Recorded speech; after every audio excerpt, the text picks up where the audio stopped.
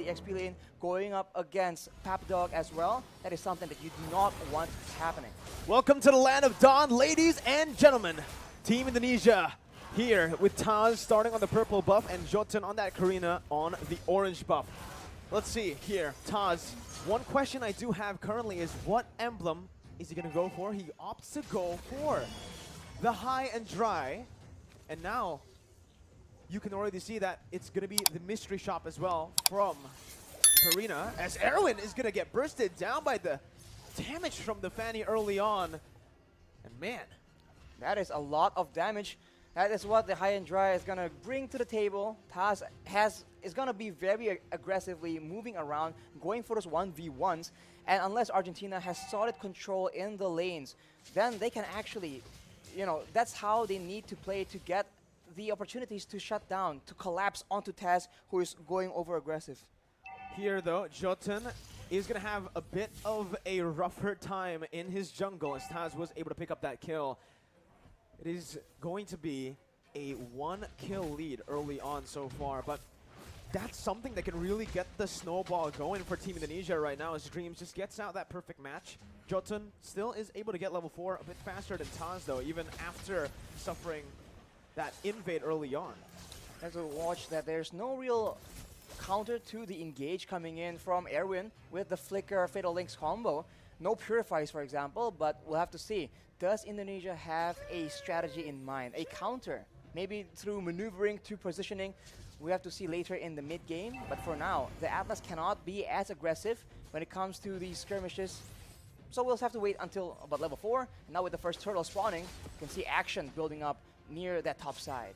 Both teams are playing it a bit passive here early on, but wait a minute, a solo kill in the gold lane by Brands, the Indonesian king of marksmen there, as he is able to actually win out up against the damage. Tazz, out of nowhere with Dreams, finds the Divine Judgment. Now Tazz just going mad with the cables, and that's going to be Hijume who picks up a double kill. Papadog caught in his own jungle. Psychots just does some damage, puts him back, and forces him to recall. 2 minutes in, and it's Indonesia who has a pretty solid lead. Just like that, 2 kills on the table. That is how fast. That is the X factor we talk about whenever Indonesia is being mentioned. Out of nowhere, these plays will just keep happening, so Argentina need to be on their toes. The composition of Indonesia is all about that pickoff, so they cannot leave their member alone. I think we saw Meteoro use the Cult Altar, but it was just a bit too late, unfortunately, and that cannot happen again, because that is one of the core ways they have to counter Indonesia right now. 3 minutes in, that's a turtle secured for free by Indonesia. Psychots in that XP lane as well, getting a pretty substantial lead with Brands doing the same. So far, all 3 lanes are controlled by Indonesia. And this is a good read as well. Brands knows something is up, knows that Erwin has been missing on the map for quite a long time, so he plays it safe. Meanwhile, Indonesia, Dreams and Hijume, they don't decide to rotate. They decide to just keep that pressure in the mid lane to, again, relieve some of that pressure from the other lanes. I'm just waiting for the time where Tazz will start exploding out of nowhere, because right now, it's a ticking time bomb, man. He is farming up. But once he feels that he has the necessary items, he's about to go absolutely wild. And as you say that, oh my goodness, Tazz does so much damage. Hijume pops that black shoes to run away from Erwin's possible engage here. As Psychots tries to make his way into that mid lane, just again opening up the map for the rest of his teammates. And that damage is absolutely absurd, man. Meteoro just disappeared. They're trying to do it onto Erwin right now with the Divine Judgment, but Erwin pops that perfect match. Very well timed to get out of the Divine Judgment. Tazz on the Fanny right now, an absolute menace. And I don't think anyone from Argentina can deal with him 1v1. They need to find a way, a team fight, force him into these situations where the high and dry won't really have a lot of impact. He won't be able to actually get those solo kills, but it's easier said than done. As we say that, oh man, he used the Shadow Stampede. The Cold Altar HP is gone just like that, but Meteoro has the Flicker. You can see the kill pressure already from Tazz on the Fanny. That's why it's a signature pick, and that's why usually we see it banned out. The Cult Altar, man, we talked about how it's only very situationally good against teams with limited amounts of damage, maybe big burst damage, so that the second life can be preserved for, you know, for your team to actually have more impact. But when the Cult Altar HP gets taken out like that, it's too dangerous. Erwin with a perfect match again has to use it defensively.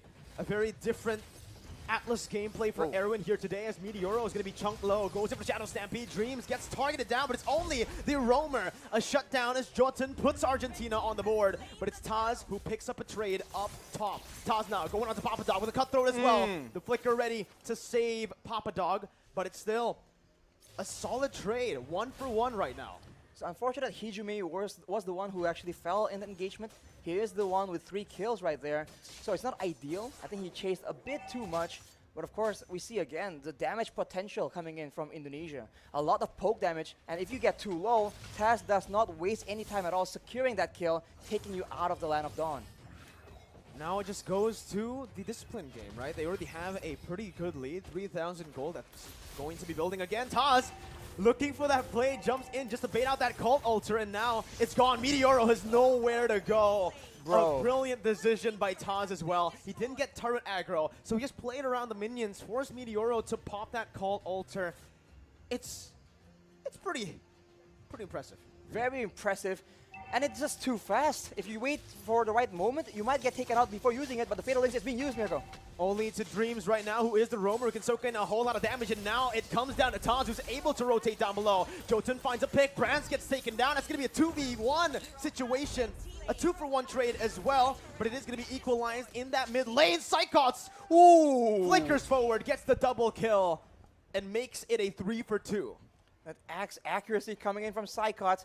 A 3-for-2, not ideal, but I guess at this point, Argentina need to get themselves on the board right here. If they play a bit too safe, they're just waiting for the members of Indonesia to set up for the next play, and as we can see, it can come just like that. Divine Judgments, bravest fighters, and of course, Tazz just slice and dice him all the way through in the back line. The damage, look at that. He went for 2 items early on. It's going to be the Heptaseas and also the Melphic Roar. So he knows that Argentina are going to start to pile up on that physical defense. Going for just physical penetration as early as 7 minutes in the game will basically mean he'll deal true damage. Not to mention, he is up against essentially 3 heroes that can go tank, so it's a very smart adjustment decision in the item builds. And now with that lead, Indonesia is just pressuring away the members of Argentina from this turtle. They're still able to secure the purple buff, but right now, full control for Indonesia, unless Argentina does something unexpected. Erwin, with that flicker, we've seen him make the plays happen, but can he replicate the same success? 2 ultimates burnt out by Tazz. What? Go away. Cult Altar, 2 very crucial ultimates when it comes down to the team fights. And just like that, the engage potential that Argentina had, the pick potential with Erwin, it disappears because of the counter engage that Indonesia can constantly threaten with. Dreams jumps in, finds the Divine Judgment onto Meteoro, knowing he does not have that Cult Altar. And Brands picks him up like it's nothing. Dreams now opening up the map, going to be targeted down. Dreams going to be taken down by Argentina. A 1-for-1, but it is the mid laner taken down for the Roamer. Look at the mid lane though, the wave management coming in from the Indonesians. We've talked about this since the drafting phase, and Argentina is absolutely feeling it. Even when they get a kill, it doesn't look like they're getting any control, and look at the aggression. Papa Dog dove under the tier 1. Tazz styling, and Hijime picks up the kill. Papa Dog 0-1 currently. Again, he tried his best early on. He went even in lane against Sycots, but because Tazz has had such a good time around the map, just getting kills and getting the snowball rolling, he can start to melt these tanks down. Sycots up top waiting in the bush, jumps in with the bravest fighter, forces the go away before the fight even starts. Erwin is forced to use the perfect match now as Sycots gets caught, but he baits enough of the resources out. One frontliner for another. Erwin for Sycots as Indonesia looks for the re-engage, and Tazz is a monster. Jumps in like it's nothing, jumps out like it's nothing. How is he able to maneuver like in curves on a Fanny? Usually we see linear movements with the cables, but this man, he is drifting right now. It does feel like he's drifting, you know, he's playing those cables in a way where it looks like he is actually going around the walls. But this is his signature pick. This is the reason we usually never see it get left open. And this man was a mid laner, so now in the jungle position, this man is just flexing all this mechanical skills, the killer instinct as well. And when he is that accurate with the cables, how can you like play as a backliner for Argentina, but Papadog is the one being targeted? Melted down instantly here by Psychons and Brands.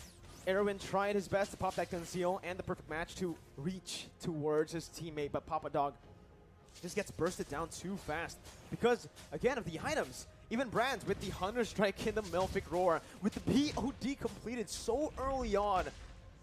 Man, he can actually just burst that whole team. Yeah, right as I say it, on cue, Brands pops that Renner, gets Meteoro to a quarter of his HP, swaps to the Bennett and clears out the wave easily with the BOD completed. Now, I need to ask you a question, Arashi. Argentina, how do they come back in the game, if it's even still possible? They need to get a shot down somehow, some way, man. I mean, they have some tools to get a catch, but they need to make the proactive movement. They can't wait for Indonesia to go in like this. Well, the Cold Ultra's there. Oh, Erwin gets baited in by Tazz with the cables. Meteoro falls as well as that Psychons who finds the double. Brands completing the Haas claws will mean that he will no longer need to recall. He can just hit a few minions, go for a few creeps in the jungle, and get back to full HP. Jotun trying his best to look for a play. Tazz and Brands with that combo. The snipe from the purple buff and Tazz with the cables as Psychos jumps in once again onto the Bravest Fighter. But it is going to be the go-away pop as well by Argentina. Meteoro backing off. Call Ultra already used. 11 minutes in and 2 base turrets have fallen. See the discipline coming in from the Indonesians, having so much momentum and yet so patient. Snipe does not connect from Brands, but like I said, now with the Cold Altar, when do you pop it? Is it when Tazz comes flying in? Is it when Brands is charging up the Snipe because he can one-shot you as well? It's such a tough situation, especially when all the responsibility is on you to keep your teams alive. Meteoro with a Cold Altar, and we can see that Erwin, he is definitely feeling the pressure. He needs to make a play, but if he tries too hard, if he forces it, this is what will happen. Indonesia can absolutely take over. 12 minutes in. This is, so far today, we have seen longer games than yesterday, right? I think the longest game we saw yesterday was 11 minutes, and today we saw a game go all the way. Dreams, though, looking for the pick, finds it like it's nothing, but it's going to be the Cold Altar, which is placed down. Tazz looking for the plays, waiting for the Cold Ultra HP to be shrink down, to be melted down as he goes in for a re-engage. Getting the base turret, getting back as well, baiting a whole lot of resources for Brands to free hit on that back line. 2 members falling for Argentina. Meteoro and Civ, the 2 damage dealers, are still up, but the Snipes connects onto Civ, and that will mean Civ will have to recall. Tazz finally rejoining his team, jumps in onto Jotun, goes in for the cut though, finds Meteoro, and he's looking for a double kill, looking for a triple kill onto Civ now. He does get it in the end. A triple kill for Tazz up against Argentina in a dominant game 1. Dominant for sure. This is why the Fanny has been so prioritized. It is